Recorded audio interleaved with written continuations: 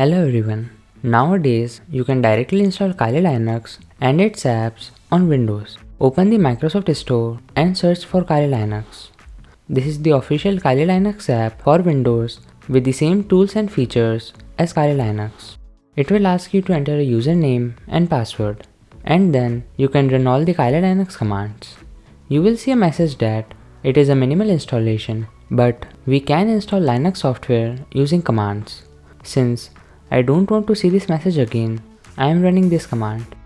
Before installing the Kali-Linux desktop environment, let's update it. First, write this command to verify the environment.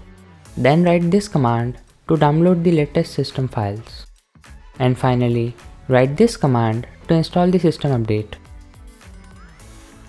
Now, before installing Kali-Linux desktop environment, make sure you have all these Windows features enabled.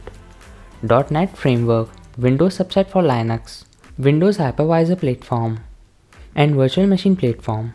Then hit OK. You have to restart your PC after the installation if you don't have these installed. Finally, open Kali-Linux and write sudo apt install kali-win-kex -y. This command will install complete Kali-Linux environment in Windows, which will take a lot of time. First, it will download the files, then install it. When installation starts, you will see this progress bar. Now, Kali-Linux is successfully installed, and you will see all these Linux apps in Kali-Linux folder. You can run these apps directly. To run Kali-Linux, open the app and write kex --win-s. It will run Kali-Linux after setting up the password.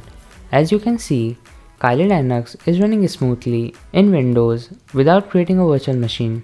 All the Linux apps are running, and log out, then back to Windows. How convenient is this? So this is how you can directly run Kali-Linux in Windows. Similarly, you can also run Ubuntu. If you want a video on that, then comment me below like button. See you in the next one.